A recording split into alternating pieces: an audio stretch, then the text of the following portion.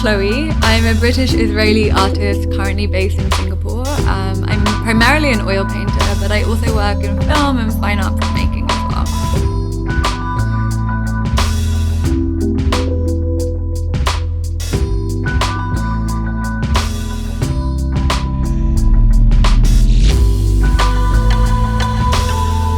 My practice looks at the imprecision of memory and how that influences our experience of any given space.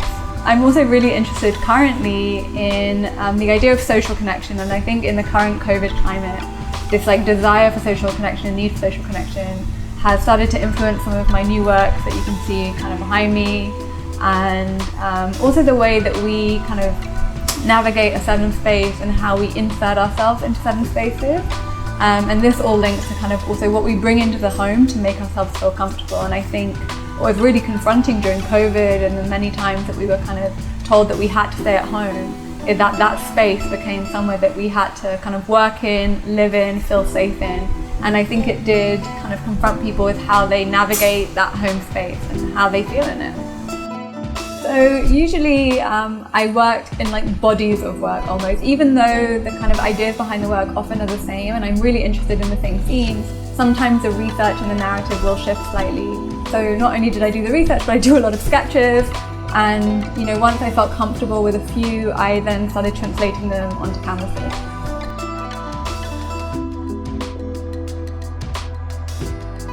So the residency was an open call, and you had to submit a proposal of what you plan to do over the 7 weeks and why it would benefit you and your practice.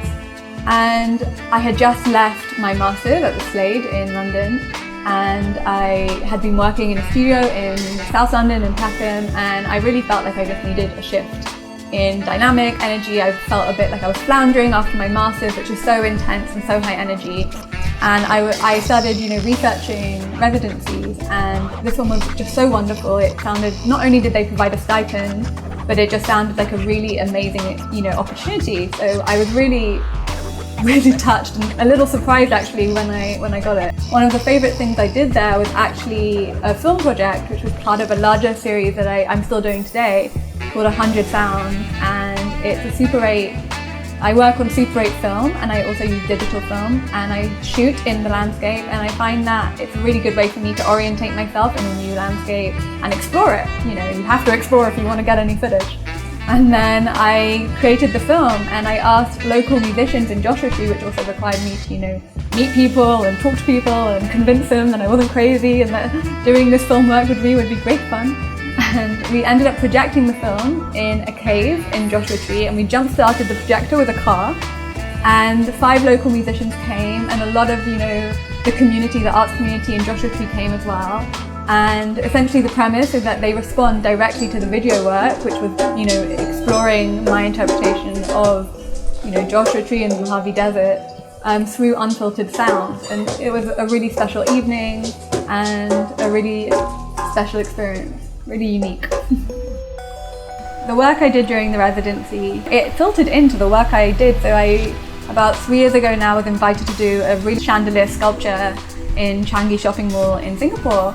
And I would say that arguably a lot of influences from the paintings I did in Joshua Tree had actually influenced, some of the designs that I created for this piece. And, whilst the work has shifted, I think in general the kind of narrative and sensibilities remain the same. I think the beauty of what Joshua Tree kind of enabled me to do was it gave me this amazing space, but I had to, be disciplined, and it was my time to explore my art, and it was really fantastic. And I think, I've taken that wherever I go, and within Singapore, it's the same. If you want to do anything, if you want to grab an opportunity, you have to almost make it for yourself. You need to, especially as a non-Singaporean, I had to put myself out there. I had to meet people, and I'm really shy. I had to, explore, connections, make connections, and really put myself out there. And I think inevitably that affects you and your practice, and it kind of shapes the way that you navigate opportunities that come your way.